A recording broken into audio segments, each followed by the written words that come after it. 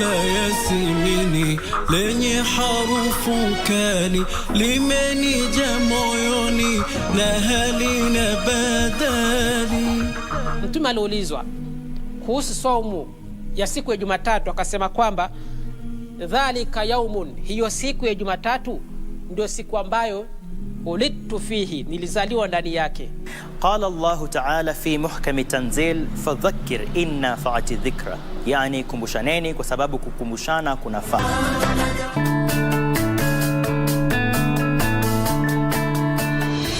Juhudi za Rais Uhuru Kenyatta za kustawisha viwanda nchini zimechangia pakubwa katika kuunda nafasi zaidi za kazi na kukuza uchumi wa taifa hili.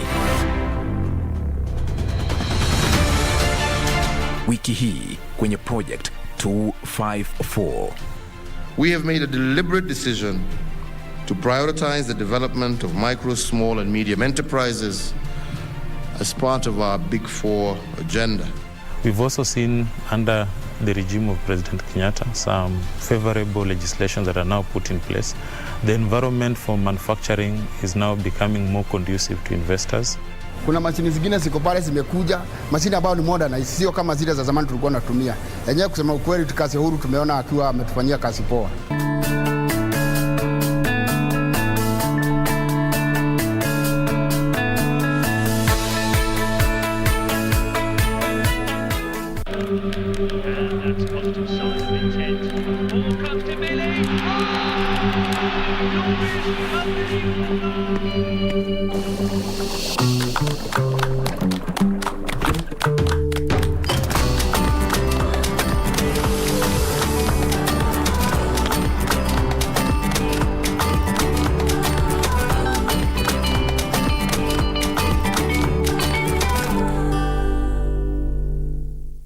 Beacon Furnitures Limited.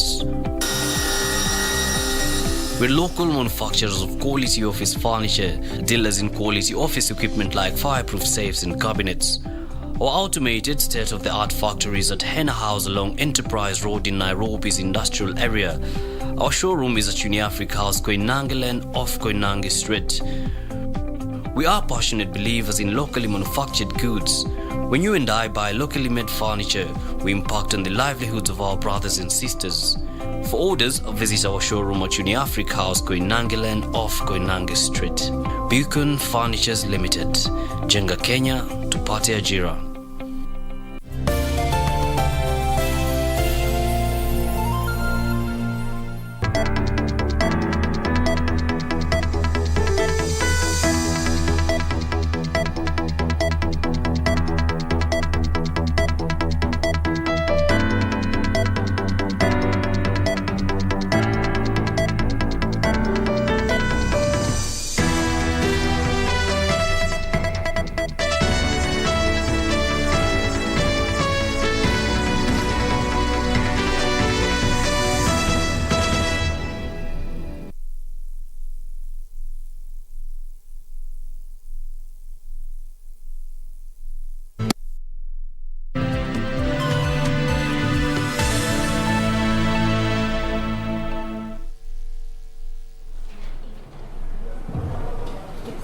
Good afternoon. This is Lunchtime News. I trust you're having a lovely day so far. Well, here on Lunchtime News, we have so much in store for you. And to kick us off, we shall be taking a look at various issues such as drought, education, matters, politics, among others. And later on our interview segment, we shall be discussing matters online safety with our guest, who is Alex Gakuru, who is the Executive Director of Code IP. My name is Jackie Wambiru, and now let's take a look at matters drought, which kicks off our bulletin this afternoon. A Food and Agriculture Organization of the United Nations has expressed concern over the ravaging drought in pastoralist inhabited areas of northern Kenya. They say the severity of the challenges faced by the pastoralist communities require new ways to address the situation, opposed to just availing relief food. They are now calling upon the international community to urgently make robust interventions to mitigate the situation. Speaking during a tour of Moyale Sub-County in Marsabit County, where the Food and Agriculture Organization is implementing a capacity-building project for farmers, FAO Deputy Director General Beth Beckdall noted that to effectively address climate change, renewed methodologies and a collaborative approach by all actors is paramount. This absolutely unacceptable challenge that the pastoralists, rural farmers, and agriculturalists are facing signifies simply that we all have to do more. We have to change the way we've been working. We have to work together in different ways. We need to provide the important crisis-driven tools and resources that the pastoralists need. United Nations Country Representative Stephen Jackson noted that the drought situation was out of the ordinary, adding that the condition was now more dire, endangering lives. The drought is already very severe, animals are dying, and we need to act together before people start to die. FAO is currently providing vulnerable households in Adesso area of Moyale with enriched animal feeds, with each beneficiary receiving 150 kilograms of pellets. Jacqueline Masharia for Lunchtime News. In other news, politicians have been asked to be in the forefront in preaching peace during this campaign period.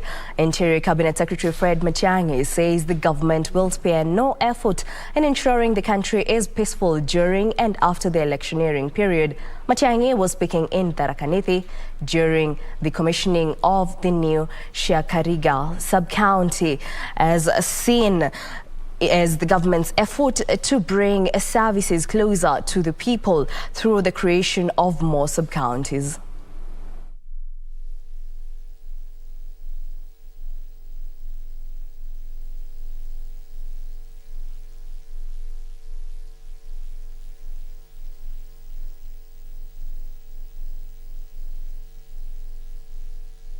Tusiwe na kasumba yoyote ya kugawanya wananchi wetu, ama wakati mwingine kuzungumza mambo ya uongo na porojo, kuhadaa wananchi wetu, kuweka sumu kwa wananchi wetu, kujaribu kugonganisha watu, kusema mambo ambayo si ya kweli. Ni vizuri tuwe tunapeana credit where it is due. If we are responsible citizens and if we are responsible leaders, it is always also important to be fair even when you are criticizing. Kwa sababu sisi zote ni binadamu.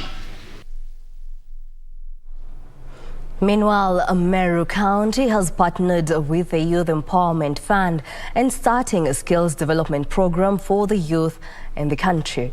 The program aims to identify skills and talents in young people so as to help develop them through appropriate training. Meru Governor Kiraitu Murungi launched the Youth Skill Development Program, which will allow institutions and government to identify individual strengths and skills in young people and channel the requisite resources towards their development. The program, which is run by the Youth Enterprise Fund, has seen the setting up of an anthropometric machine that helps trained experts to identify talents and skills from a young age. The governor said the program will help to empower youth in the county regardless of their academic performance. The Youth Fund Chair, Dr. Victor Mungera, lauded the project, saying early identification of talents and skills will help them to develop and guide the youth to set up businesses, invest and access financing. As the Meru County government, we chose this as one of our areas of focus. And we said we want a program which will only not fight unemployment, but which will also fight generally against youth poverty, hopelessness, and apathy that we see among the various levels of our youth. The program allows a trained official to be able to examine a young person, to examine their skills, to examine their development, and to be able to say that this young person has a skill in creative side, or this young person has a skill more in the athletic side. They might be more of a strategist, they might be more of a logistics person.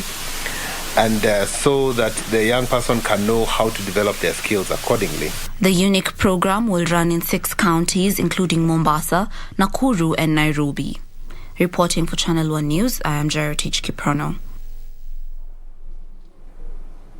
Residents of Samburu County have been urged to shun the retrogressive culture of female genital mutilation and focus on education of the girl child. Speaking after launching a campaign aimed at taming the vice, Samburu Deputy Governor Julius Leseto says the county government of Samburu has teamed up with a non-governmental organization to sensitize parents on the negative effects of FGM on their children. The 5-year plan has focused mainly on 9 wards of Samburu North and Samburu East. This even as he warned that those found practicing the vice that they will face the full force of the law. Pamoja na wao kuendesha mradi ya kwamba wasichana wetu wasifanya tohara, waendelee na maisha yao, na pia masomo itaenda mbele na ile itabadilisha pia watu wetu.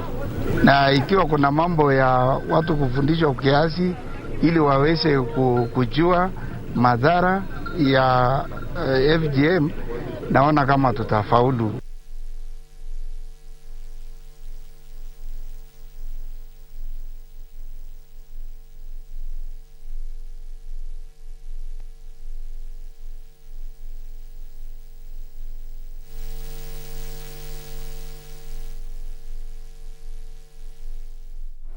And a family in Vishakani village of Kilifi County is calling on the government to help transport their kinsman's body for burial from a Saudi Arabian morgue. The body of Crispus Murabu, who has been working as a driver for the past 10 years, is stuck in the Saudi Arabian city of Jeddah following his death last Saturday. The late Crispus Morabu's family said he'd been denied an exit visa by his employer 6 years ago, leading to his suffering and ultimate death.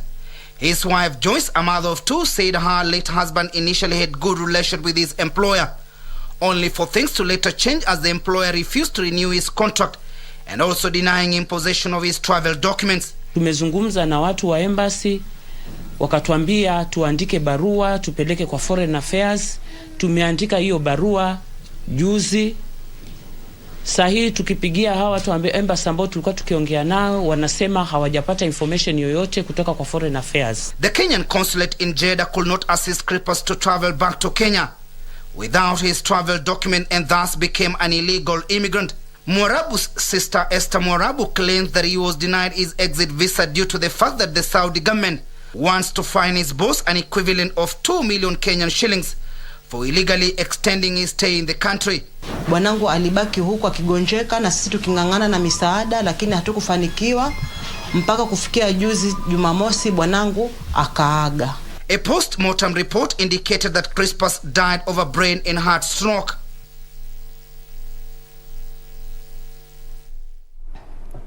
And now on matters environment, the government is engaging various stakeholders in a bid to get out of court settlement over the partial lifting of the logging ban set by the state. Despite the government setting aside 5,000 hectares to allow the partial logging, some stakeholders have moved to court to challenge the move. Speaking during the greening initiative of Kaptagat Forest Environment, Principal Secretary Chris Kiptor disclosed that the ministry through KEFRI targets to increase seed centers from the current 8 to 18 by the end of the year. Elgeyo-Marakwet County Governor Alex Tolgos said that they were seeking to rehabilitate the escarpment to protect the environment and prevent mudslides in the region. Worldwide Fund Chief Executive Mohammed Awer said that it was a time for the country to come up with innovative ways to protect the environment. Arocho, Kenya, which has been in the forefront in conserving the Mida Creek and Arabuko Sokoke forest, organized a fishing competition to enlighten the local fishermen on proper fishing methods. Fishermen end up using mosquito nets. So creating awareness that a hook line can also be a good method, sustainable for fishing. For this competition, we use the hook line number 12 and the line number 50 and above. This discourages catching juvenile fish. Speaking during the fishing expedition organized at the Mida Creek, Arocho, Kenya Marine Environment Education Officer Queen Elizabeth called on different stakeholders to hold hands to end illegal fishing. And we are unifying fishermen, we are creating awareness, let them know the importance, let them be motivated, let them open up. It is during this fishermen competition that when you mobilize about the method that you are using, you get to hear their part also. They get to open up and air out their views, and this help in decision making. In cooperation with the Ministry of Kenya Wildlife Services, the 30-member group has also been conducting awareness on the importance of conserving marine ecosystem in schools, colleges and universities. For Lunchtime News, I'm Zainab Said.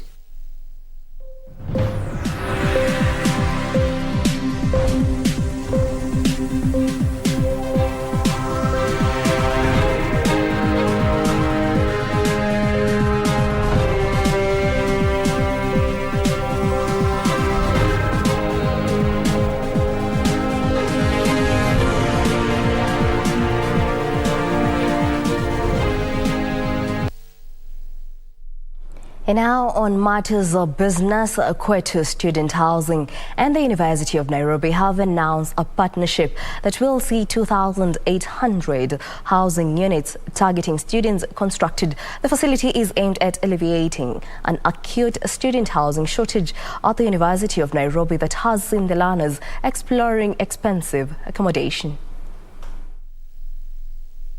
Most institutions of higher learning face an acute shortage of student accommodation, with most of the colleges catering for about 20% of their student population.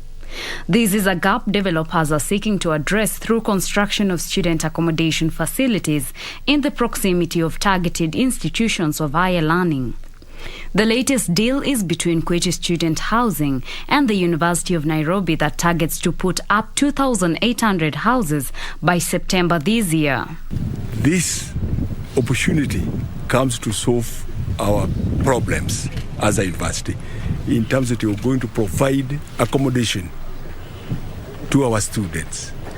And we see it as an opportunity for internationalizing the university, that the international students can now come and find a comfortable and a clean facility. Such deals are expected to enhance access to quality and affordable student accommodation to guarantee housing for a growing student population. What we did is we looked at how much rent they pay wherever they stay, whether they stay in Odero or Rongai or wherever. Then we added how much they pay for transport, water, electricity, and other amenities and Wi-Fi, and the price is within that range. Currently, Kwetu has a portfolio of 10,000 beds, of which 3,800 beds are completed and occupied by students. Reporting for Lunchtime News, I am Teresa Mutai. Now, high consumer prices are hitting U.S. businesses, which are already reeling from high raw material and labor costs, while rising living expenses are affecting those at the bottom of the pyramid.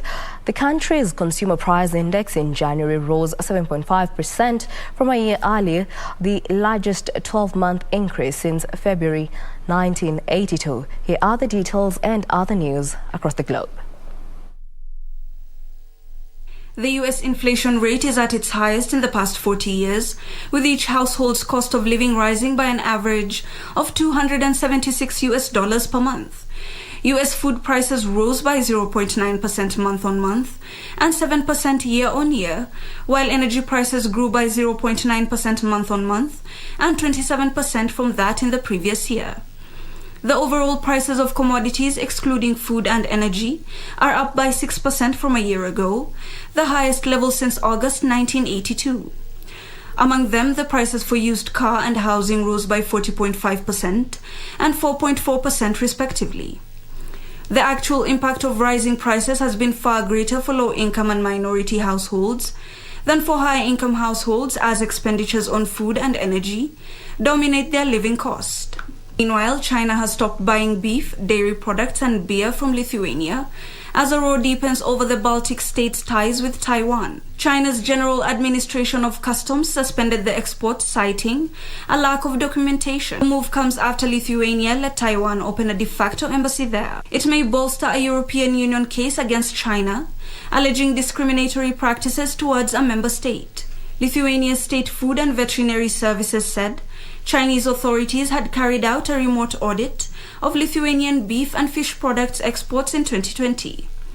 Finally, automakers and some manufacturers are looking to the skies as they seek alternatives for moving products caught up in Canadian trucking protests that have hit supply chains on both sides of the US and Canada border. Protesters have occupied key border crossings between the United States and Canada as part of a 2-week-old demonstration against pandemic measures and vaccine mandates. With more than 2/3 of the $511 billion in goods traded annually between Canada and the US, the choking of key arteries has upended already stressed supply chains. The protests are the latest challenge for the auto sector on both sides of the border.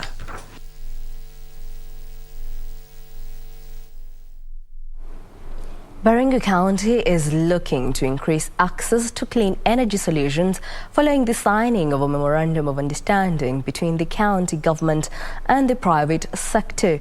Majority of the county residents use firewood to cook and heat their houses, which contribute to deforestation.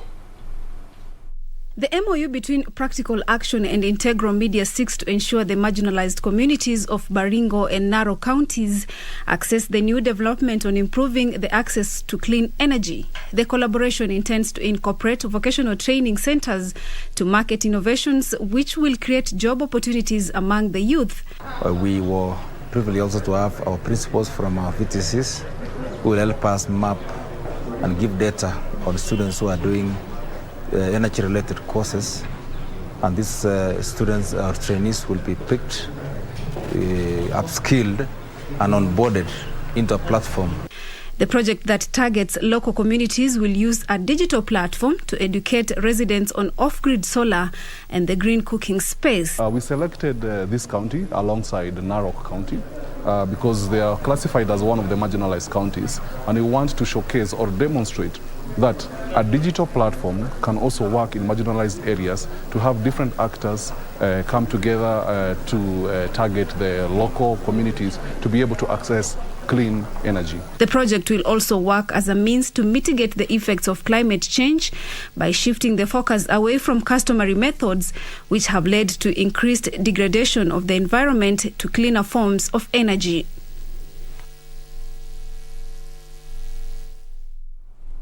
Well, now, if you're just joining us, I had promised earlier that we shall be taking a look at matters online safety, and our guest this afternoon is Alex Gakuru, who is the Executive Director at Code IP. Welcome, sir. Thank you very much.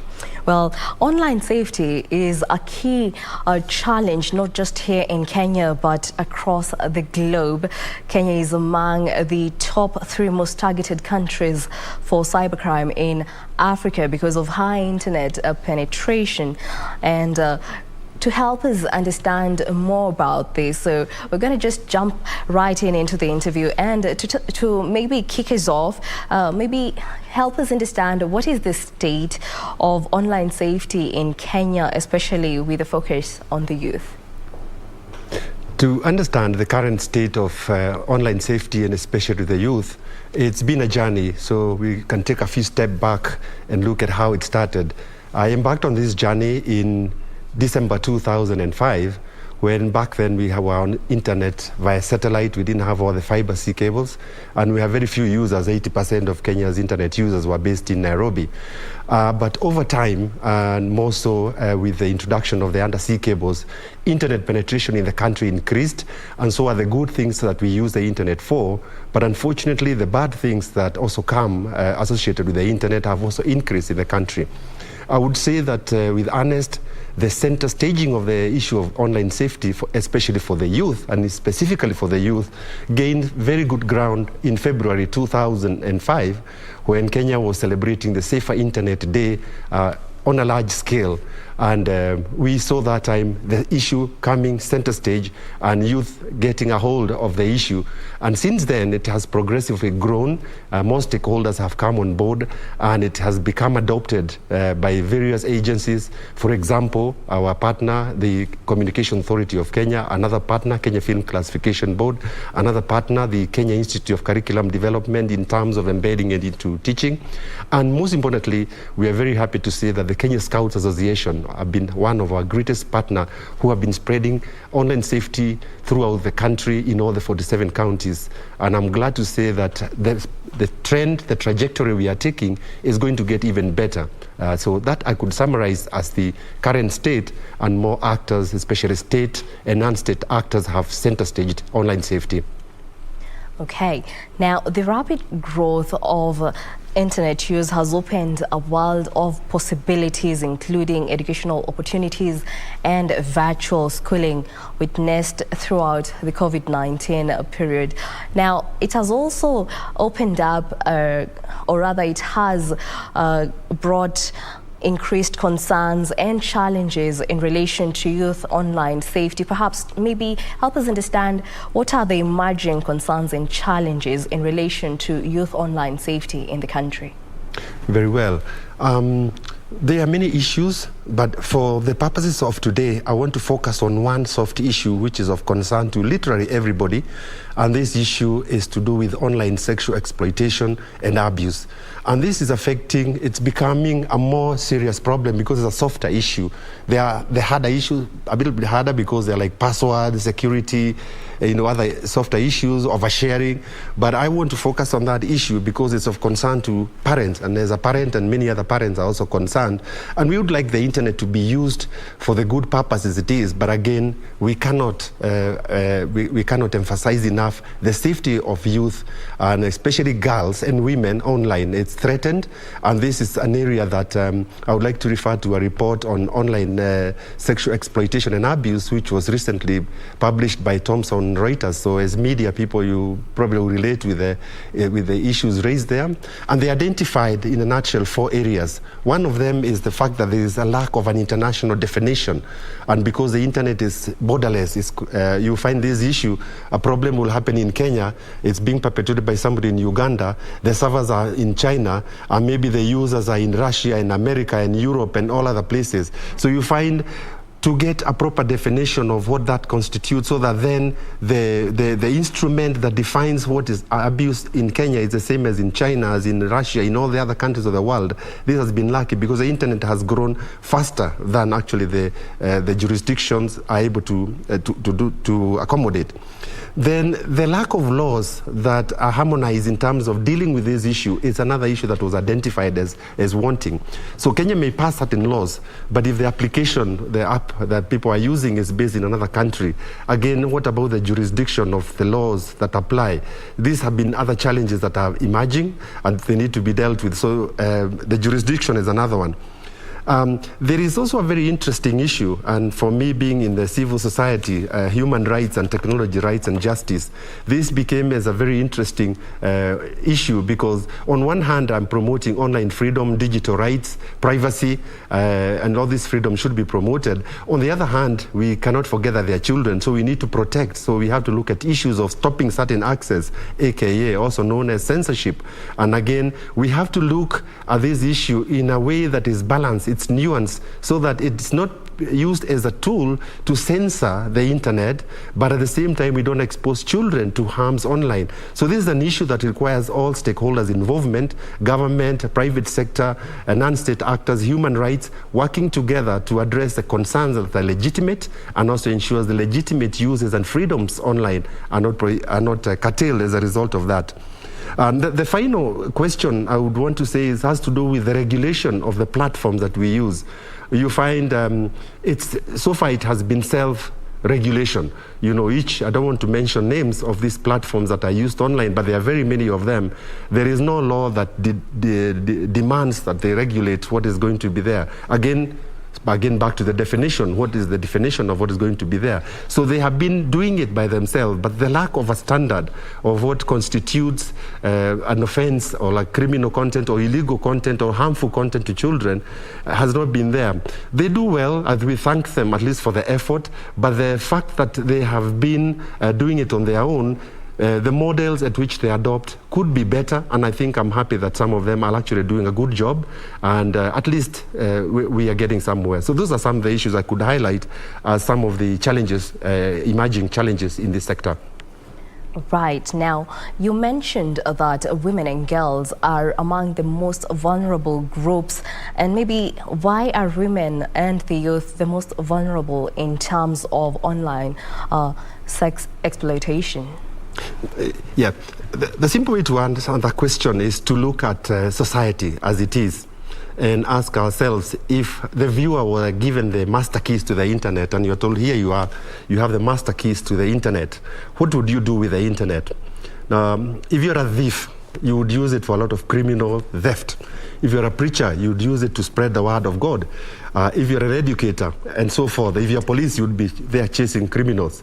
So the idea is people have different motives, and the motives they have, they transfer them online. Now, when they meet online, problems now emerge because everybody is on the same platform, and then they're trying to figure out how to resolve their issues. You look again at society, how society is structured. So again, we have men domineering. They are the ones who have been women and girls, underprivileged, oppressed. You know, we've just had in the news about even certain practices that are actually bad for women and girls. And again, these things are transferred online. So the structure of society in terms of the disadvantaged, the vulnerable, and the weak, again, these are reflected in society.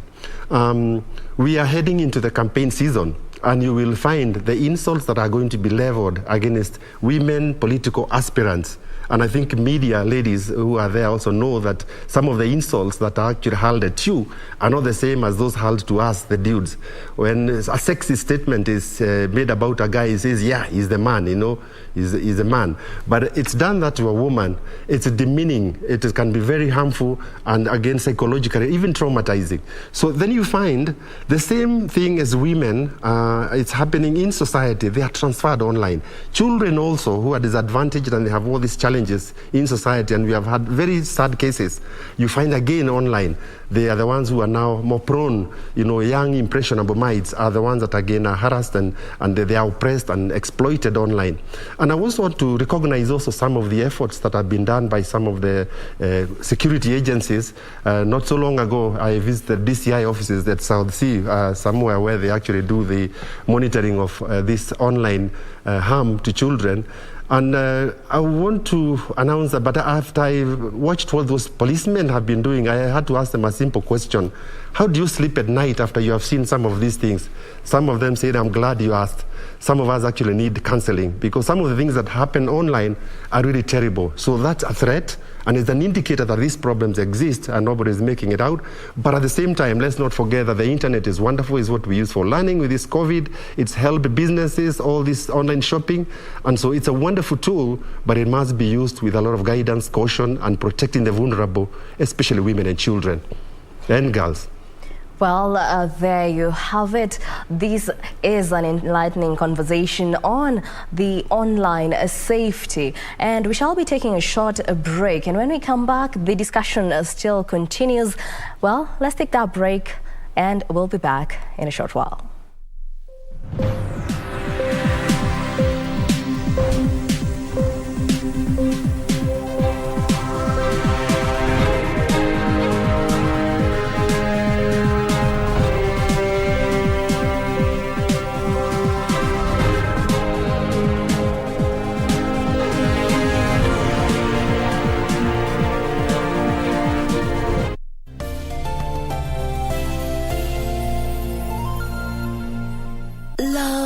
Love, love. Love is in the air. It's celebrated in all phones worldwide. There is the Kenyan love. Looks like it's Valentine's Day. The children's love. The ladies' love. I swear that I'm dying. Feel myself in your arms. The gentleman's love. Love that is comic. Dramatic. Please don't do this to me. I have to talk to her. Sporty. Breathtaking. Whatever your choice, let it rain this February with love. This is getting better and best. Only on KBC Channel 1. Do you have a news story to share with KBC? Get in touch swiftly on email news@kbc.co.ke or call 0723 892 654 or 0734 780 124. wala yasimini lenye harufu kali limenija moyoni na halina badali. Mtume aliulizwa kuhusu saumu ya siku ya Jumatatu, akasema kwamba dhalika yaumun, hiyo siku ya Jumatatu ndio siku ambayo ulidtu fihi, nilizaliwa ndani yake. Qala Allahu ta'ala fi muhkami tanzil fadhakkir inna fa'ati dhikra, yani kumbushaneni kwa sababu kukumbushana kuna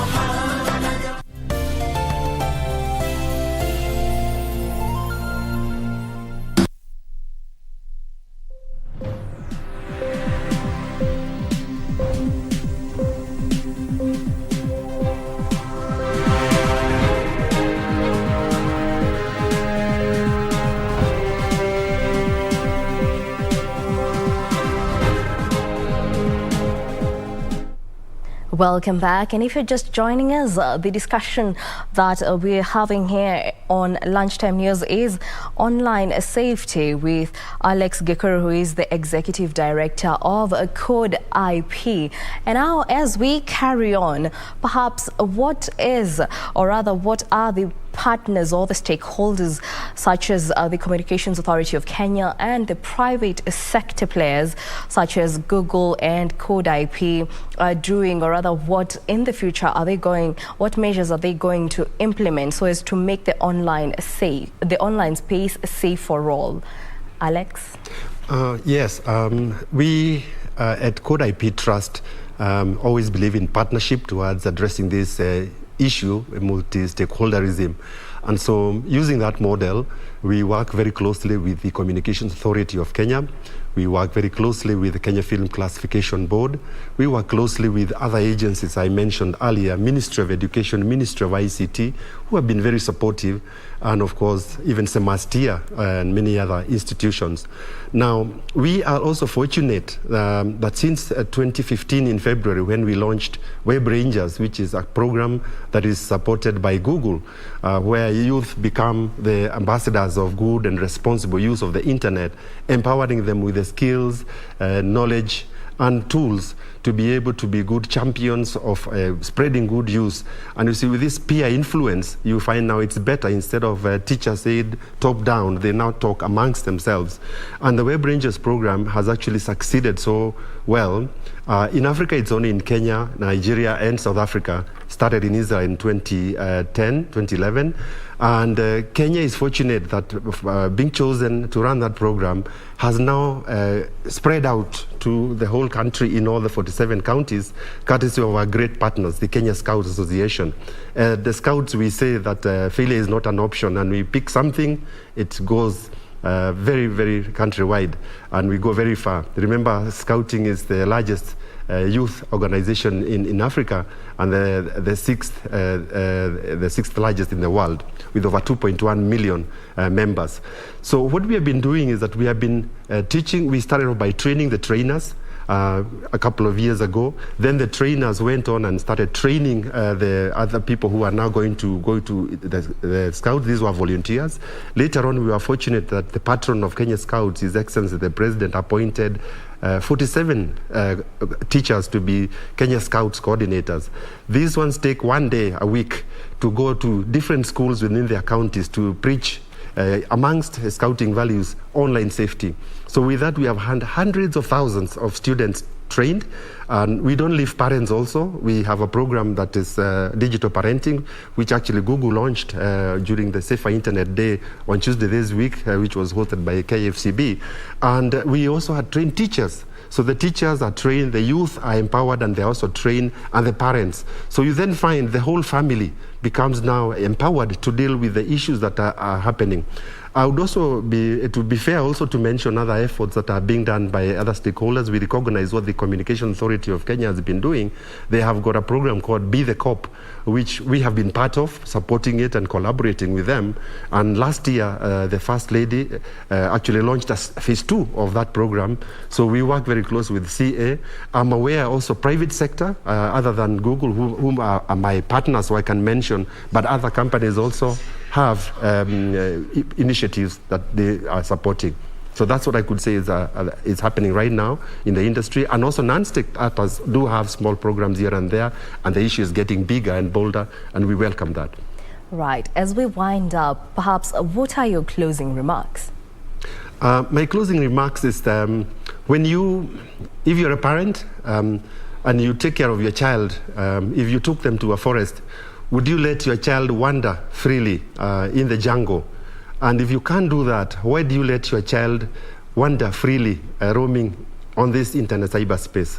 You must learn how to take care of your child online in as much as the same way you do in the streets of Nairobi, capital cities, in the forests, in the jungles. You can't leave your child on their own.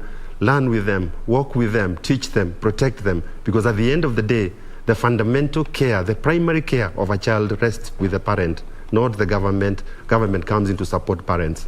Those would be my parting remarks, and thanking Google for Web Rangers and Kenya Scouts. You're doing a great job. Keep it up. Well, there you have it. Thank you so much, Mr. Alex Gekuru there, who is the Executive Director of Code IP, helping us delve deeper into the topic of online safety. Well, thank you very much, sir. For now, we move on.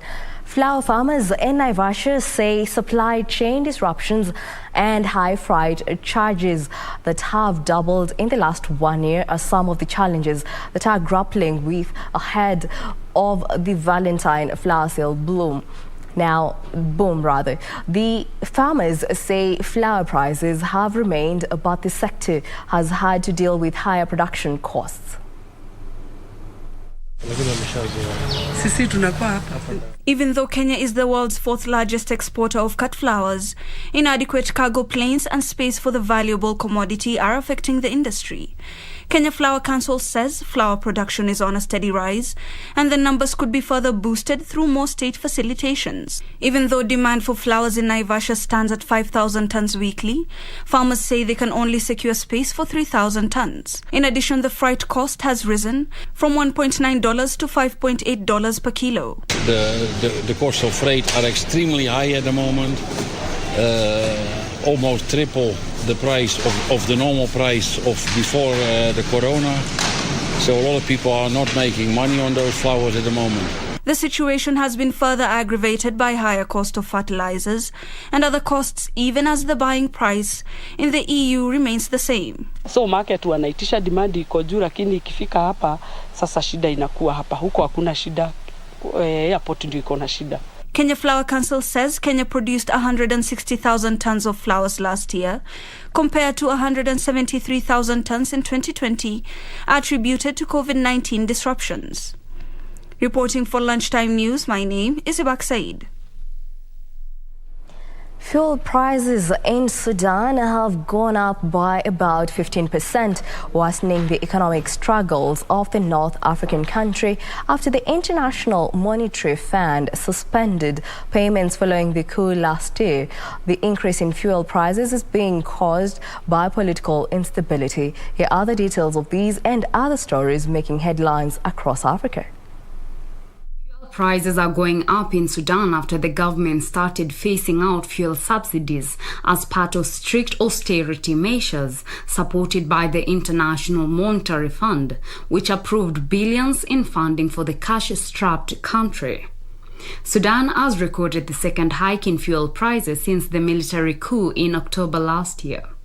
Several development partners have pulled the plug on foreign aid to Sudan, which has further weakened the Sudanese pound against major foreign currencies.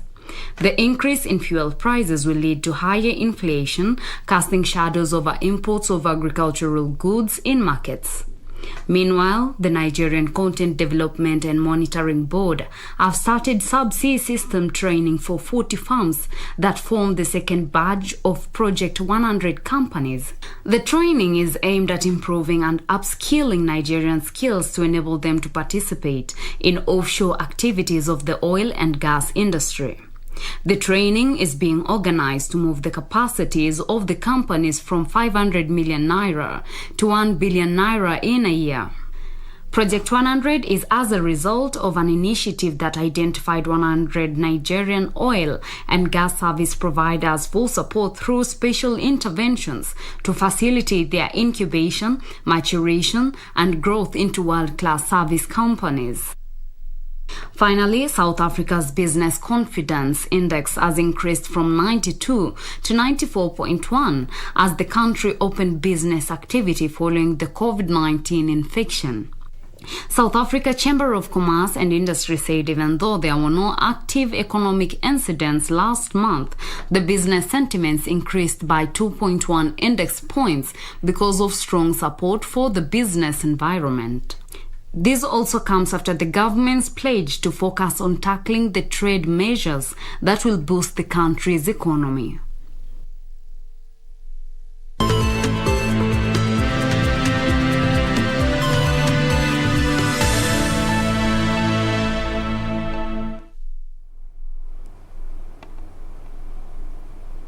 And now let's take a look at matters of politics, where a section of Mount Kenya legislators have embarked on efforts to revamp the Jubilee Party before the August polls, led by Nyeri Town Member of Parliament Ngunjiri Wambiru.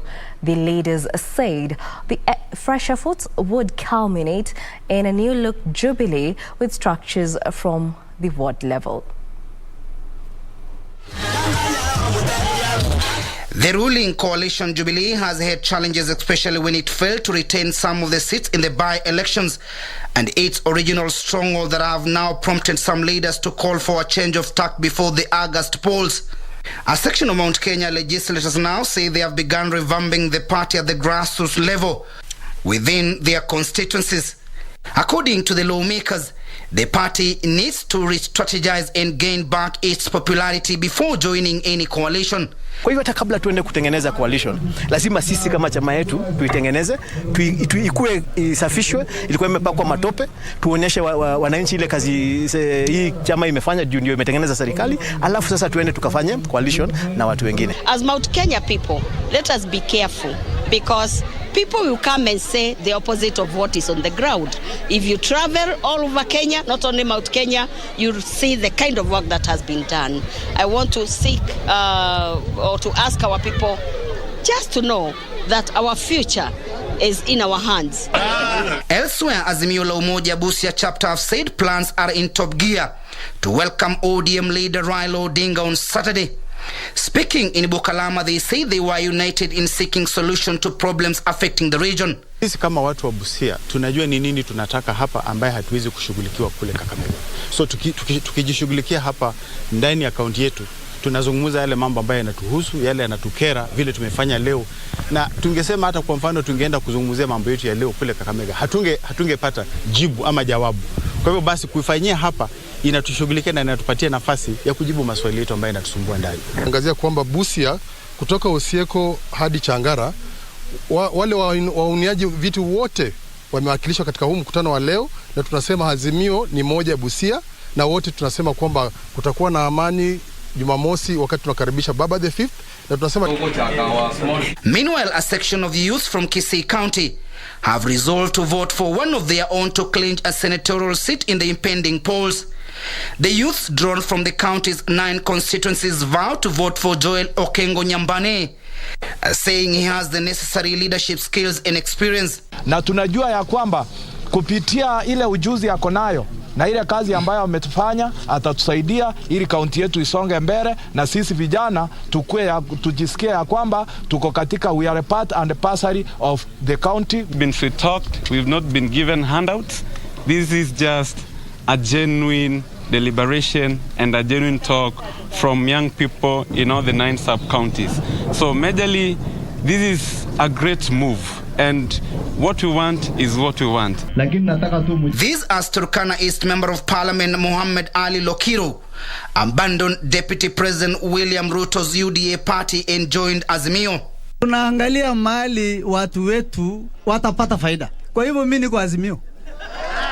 Si kubahatisha, nimeshaenda. Kwa hivyo sisi tunaomba tufanye siasa ya amani. Still in the political arena, politicians have been warned against using the youth as tools of violence as the country heads towards the August general election.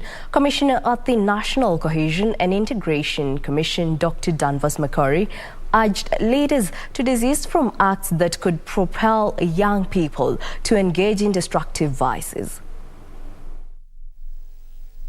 Makori, who was speaking during the NCIC Zamani Club's induction workshop in Machakos County, said there was need for the establishment of Amani clubs in learning institutions in order to reduce conflicts among students. Adhere to tolerance, to peaceful coexistence, especially in the political space. That way, as we go to elections, our country can remain steadfast.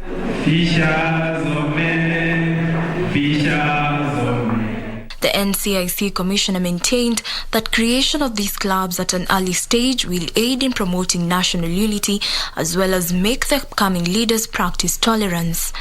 We're able to use these clubs, especially now the children themselves and the teachers, really to see a reduction and bring communities together and to make sure we grow our money clubs. The objective of having Amani clubs in our schools is to ensure that we are able to train our students from an early age to embrace peaceful coexistence. Of late, we've noticed a lot of challenges in our schools where we've had students torching their own schools. And therefore, it is more important that we now start focusing more on how we can resolve any conflicts that we have within our institutions. Meanwhile, members of the Ameru community in Isiolo County have lashed out at a section of the community elders for what they claimed as causing divisions among the community members. Tumesimama kukashifu na kukataana hiyo vitendo, na tunaambia jamii ya kwamba tutazidi kuelekeza jamii kuwaweka waishi pamoja kama watoto wa mama mmoja, na tutaki uongozi wa kuja kuleta jamii irus focus na ile mambo ambayo imelenga kugawanisha Wameru. Hiyo sioni kama ni kitu inafaa kuendelea katika hii kaunti yetu, kwa sababu tukiendelea kujigawa imenti watigania atujisaidii, tunapigana Meru kwa Meru. Led by Paul Mugabe, who chairs the Ameru Toriamwe organization, the community members argued that a few elders from their various Ameru sub-tribes were being financed by political heavyweights to cause divisions among local communities. Mmeweza kuwa mikutano kando ikiwekwa pale ya kugawa Wameru wetu wa Isiolo, na tumeona kikiweza kugawa watu kwa njia ambayo ya milango, tukisikia kuna watu wa Mount Kenya, wa Kirimara, wa Nyambene, wa Tharaka Nithi. Tuko hapo tukihimiza watu wetu wa Meru tuweze kuwa pamoja, tushirikiane. Jacqueline Masharia for Lunchtime News. Coffee farmers' meeting in Nembu ended abruptly after a section of members of Murue Farmers Cooperative Society and the society's management clashed. The bone of contention between the farmers and the cooperative management was the report by the Office of Cooperative Development that unearthed some financial impropriety in the Farmers Society. A meeting convened to iron out management wrangles by the Office of Commissioner of Cooperatives at Murue Farmers Cooperative Society in Embu ended prematurely after the farmers stormed out in protest, shouting anti-management slogans. The farmers were agitated following revelation by the Office of Cooperatives Development that Giant Society's management was behind its financial woes. The society has been facing severe management issues, with a controversial 66 million shillings loan facility secured by the management being at the center of the dispute. The court order did not stop this SGM. It only stopped the inquiry for 45 days. Okay? So hiyo kitu hiyo kwa sababu sisi ni watu wa kutii sheria, tutangojea hiyo 45 days. The Assistant Commissioner of Cooperatives, Samuel Kipto, was forced to call off the meeting with no resolution having been made, suggesting to write a report to the Commissioner of Cooperatives, who will in turn give further directions on how to sort out the mess in the society. Tutaandika ripoti yetu vile tumeona Murwe. Ile kitu ataona ni sawa kufanya. Ile kitu ataona ni sawa nini? Kufanya kulingana na sheria, atafanya na atamjulisha. Atafanya na atamjulisha, lakini atafanya kulingana na sheria.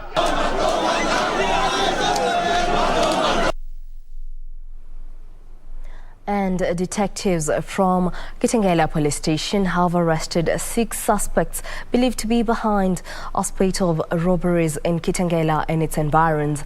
The gang was ambushed in their hideout after being trailed using different mobile phone numbers and bank money trail procedures.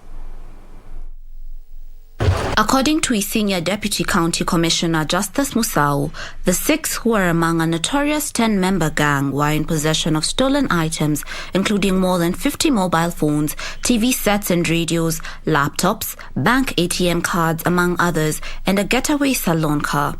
So these are the items that have been laptops, television sets, among other electronics.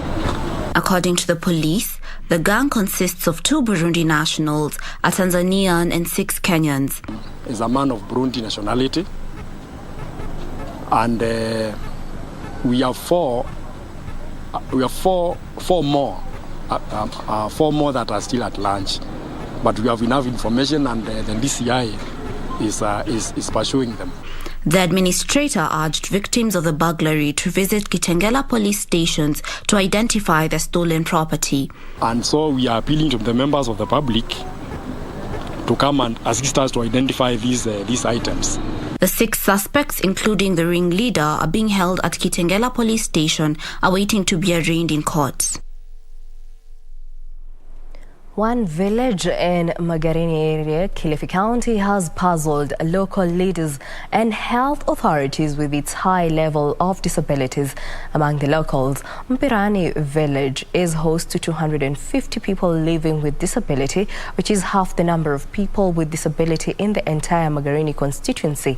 Residents and leaders are now calling on the government and non-governmental organizations to carry out a thorough research to establish the cause of such a high number of persons with disability that has led to an exodus of locals believing it is a haunted village. Ben Chumba has more details.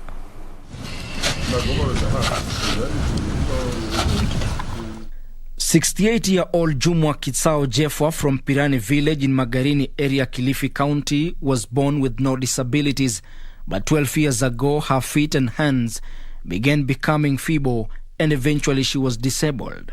Kaa kwa muda wa kitanda miaka 12. Matatizo ni kwamba hata chakula chenyewe tena ni shida na miguu hawezi kutembea. The case is not different from 90-year-old Kenga Bayakunde, who used to be a casual laborer in Malindi town before a strange disease attacked him, leading to one of the legs being amputated. Siwezi kwenda hata kibaruani, siwezi kufanya kazi yoyote, na sina mtoto wa kunisaidia, na bibi yangu naye siku hizi amekuwa na ugonjwa huu wa miguu, hii mishipa ya miguu, kwenda kazi hawezi. For Eunice Karisa, she gave birth to 3 disabled children. Watoto wangu wanataka msaada, mimi sina kazi. In the village of about 2,200 inhabitants, hardly does one pass without coming across a child, a woman or a man who has one form of deformity or another. Worrying statistics shows that Mpirani village alone is host to 250 out of 500 people living with disability in the entire Magarini area, a situation which has left health authorities puzzled. Njia ya kwanza ni kujaribu kuthibitisha kama ulemavu huu umetokana na mambo ama hali ambazo zimerithiwa kutoka kwa wazazi. Na njia ya pili ni kuangalia kama huu ulemavu labda unasababishwa na hali za kimazingira. Labda kuna kemikali fulani, labda wamezingirwa na viwanda fulani, mambo kama yale, mambo ya madini. Ama pia ule utafiti utaweza kutuelezea kama sababu zote mbili ni mwafaka. Na most of the families live in abject poverty owing to disability burden. Hiyo dawa anaokula nusu dosi tunachukua kwa 2,500. Ikiwa dosi sana kamili tunachukua 3,000. Anakuja kula kwa mwezi mzima dosi moja. Residents and leaders are now calling on health experts to carry out a thorough research to establish the causes of such a high number of persons with disabilities that has led to an exodus of locals, believing it is a haunted village. Hata sijui inaletwa na nini, na tunataka serikali iende chini ya uchunguzi ya ulemavu. Je, unatoka vipi? Hii Magarini mbona umejaa? Tunashindwa. Wamejiandikisha, wako na kadi za ulemavu, lakini hawapati ile pesa. Kwa hivyo tungependa kutoa shinikizo kwa ile National Council ya Persons with Disabilities waweze kuangazia swala hili, wahakikishe kuwa hawa walemavu wameweza kuangaliwa. Ben Chumba, Lunchtime News.